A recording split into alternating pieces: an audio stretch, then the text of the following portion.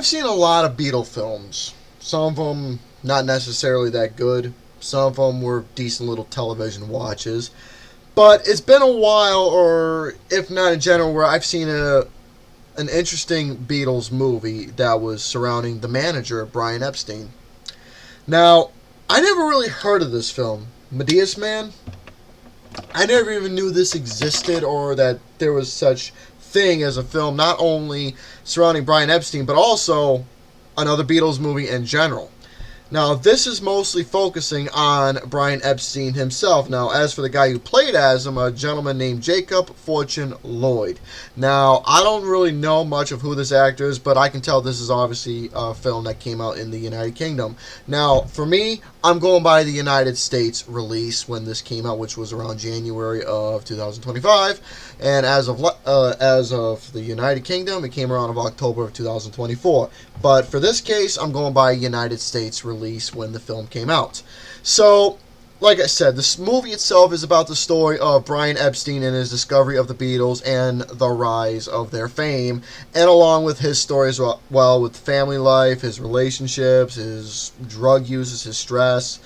But the thing is that the movie itself is very straightforward to the point for anybody out there who knows the story of the Beatles very well and their connection with Brian Epstein, about the fact that he went into the Cavern Club, saw them perform, saw their potential, saw their talent in 1961 with Pete Best being the drummer before Ringo Starr came about into the group officially.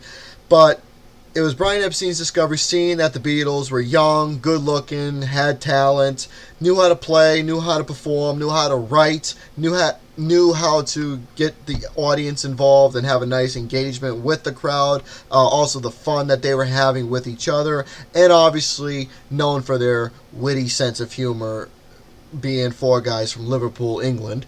So, we all know about the Beatles. They are, if not, the greatest band that ever lived. Now, as for Brian Epstein, for the fact that he was mostly of a classical record store entrepreneur and whatnot, but when he saw these guys and the fact that this was his first ever group that he not only managed and bringing them to different record companies to try and get them signed, because the thing is that times were changing, music was evolving in guitar groups, image, and having exactly what you were looking for, not only in record productions, but also having a new sound. And obviously guitar groups weren't necessarily, I wouldn't say hip yet, but I would say that guitar groups were starting to come along a little bit, because the thing is that when the British invasion took over, there was so many great fucking bands that came out during the 1960s that were just absolutely amazing. I mean, there were guys like Jerry and the Pacemakers. Now, the Beatles were supposed to have How Do You Do It as one of their big hits, but since Jerry and the Pacemakers were a brand new group, the song was given to them and it rose to number one. But also, it wasn't just the Beatles. There was also groups like the Animals, the Yardbirds, the Kinks, the Zombies, the Dave Clark Five, a duo named Peter and Gordon, Herman's Hermits, the Who, and many more well-known bands that came from the United Kingdom that were literally not only taking over in music, but also having an image and captivating the American audience as well.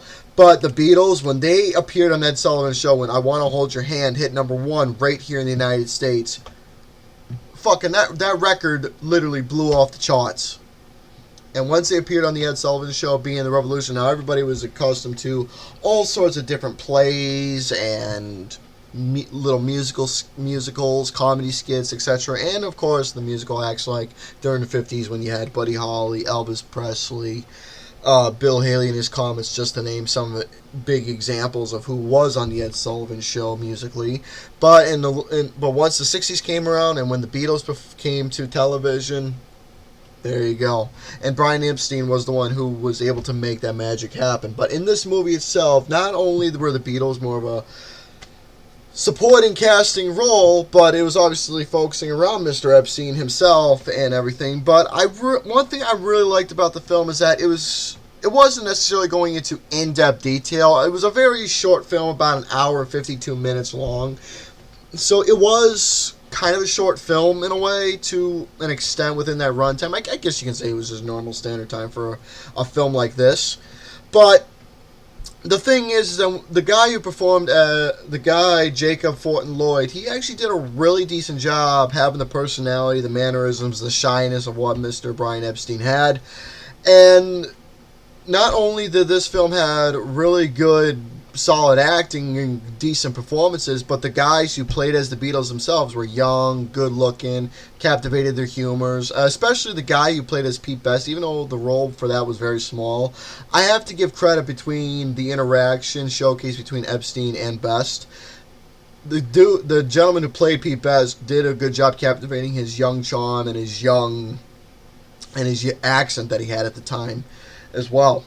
But also the younger guys who played as the Beatles, I really liked the representation, the fact they had the original actual guitars that they played in from the Cavern Club days up into the Ed Sullivan Show, and also making them have that Magical Mystery Tour look after Sgt. Pepper came out in '67.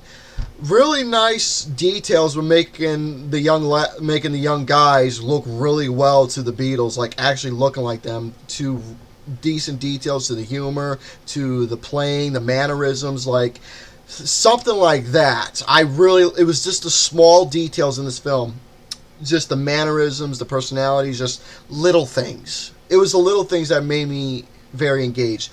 But when Brian Epstein, when he was narrating the time sequences of events that was happening throughout the film itself, it was kind of like something Jersey Boys did, where you had the actor talking to the camera, recapping the events and giving details and explanations as to what's going on, whether it's a good scenario or something bad. Like, I have to give credit for that, where it showcased those sequences where it was talking to the camera and giving you the summary of events. Like I said, that right there is something that it's just small details that keeps you invested with what's going on. Now, for this being one of those like January releases, now January isn't really much of one of those months where it comes to modern day film, where January is not really much of a month where it has a very good reputation. But this right here, for this being released in the United States in the month of January here, this is a decent film. It really is a decent film. It's interesting. It's a decent story of who Brian Epstein was. Captivating small details of his interaction with the Beatles. The look within himself, the band, doing reenactments of events, interviews, keeping you engaged with investments. But like I said, this is a very decent film, a good film, and I have to give it a solid 3.5 out of 5.